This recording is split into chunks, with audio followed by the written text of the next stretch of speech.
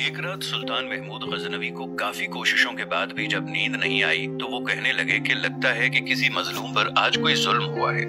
तमाम लोग गलियों में फैल जाओ और अगर कोई फरियादी नजर आए तो उसे मेरे पास ले आओ। थोड़ी देर बाद वो सब वापस आकर कहने लगे कि सुल्तान, हमें तो कोई भी फरियादी नहीं मिला, आप आराम से सो जाएं। सुल्तान को जब फिर भी नींद नहीं आई तो वो कपड़े बदलकर खुद महल से बाहर निकल आए। महल के पिछवाड़े में हरमसरा के नजदीक उन्हें किसी की फरियाद सुनाई दी।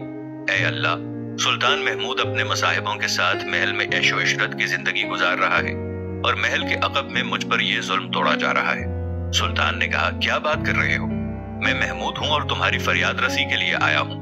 मुझे बताओ क्या जुल्म हुआ है तुम्हारे साथ? फरियादी ने जवाब दिया, आपके खवास में एक शख्स जिसका नाम मैं नहीं जानता हर रात मेरे घर आता है, मेरी बीवी पर जुल्म तशद्दुद करता है। सुल्तान ने पूछा, इस वक्त वो कहाँ है? कहने लगा, शायद अब चला गया हो। सुल्तान ने कहा कि दोबारा जब वो आए तो फौरन आकर मुझे इत्तला कर दो।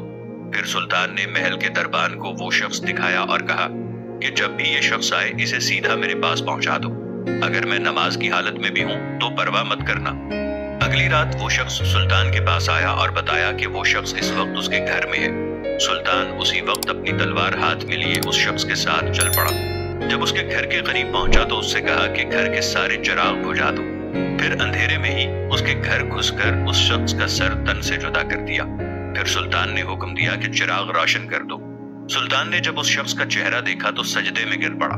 फिर घर के मालिक से कहा कि अगर कुछ खाने को है तो ले आओ, मुझे बहुत सख्त भूख लगी है। उसने ये सुनकर कहा कि आप जैसा सुल्तान मुझ गरीब के घर खाना खाएगा? सुल्तान ने जवाब दिया, जो कुछ भी है ले आओ। वो शख्स एक सूखी रोटी ले आया जिसे सुल्तान ने बड़ी रगबत से खाया। वो शख्स सुल्तान से पूछने लगा कि चिरागों को बुझाने, सजदा करने और रोटी तलब करने के पीछे आखिर क्या माजरा है? सुल्तान ने कहा कि मैंने जब तुम्हारी दास्तान सुनी तो सोचा कि मेरी सल्तनत में ऐसा जुल्म करने की हिम्मत सिर्फ मेरे किसी बेटे को हो सकती है। अंधेरा करने को इसीलिए कहा कि बिदराना शफकत मेरे इंसाफ के रास्ते में हायल ना हो जाए। चिराग जलने पर जब मैंने देखा कि वो मेरा बेटा नहीं है तो मैंने सजदा शुक्र बजा लाया।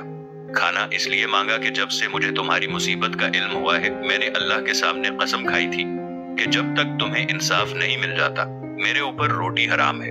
उस वक्त से अब तक मैंने कुछ न खाया था और ना ही कुछ पिया था। तारीख कहती है कि जब हुक्मरान ऐसे होंगे तो उस वक्त उसकी कौम भी तरक्की करेगी। और आज हम पाकिस्तान के लिए खुदावंद करीम से दोनों हाथ फैलाकर ये दुआ करते हैं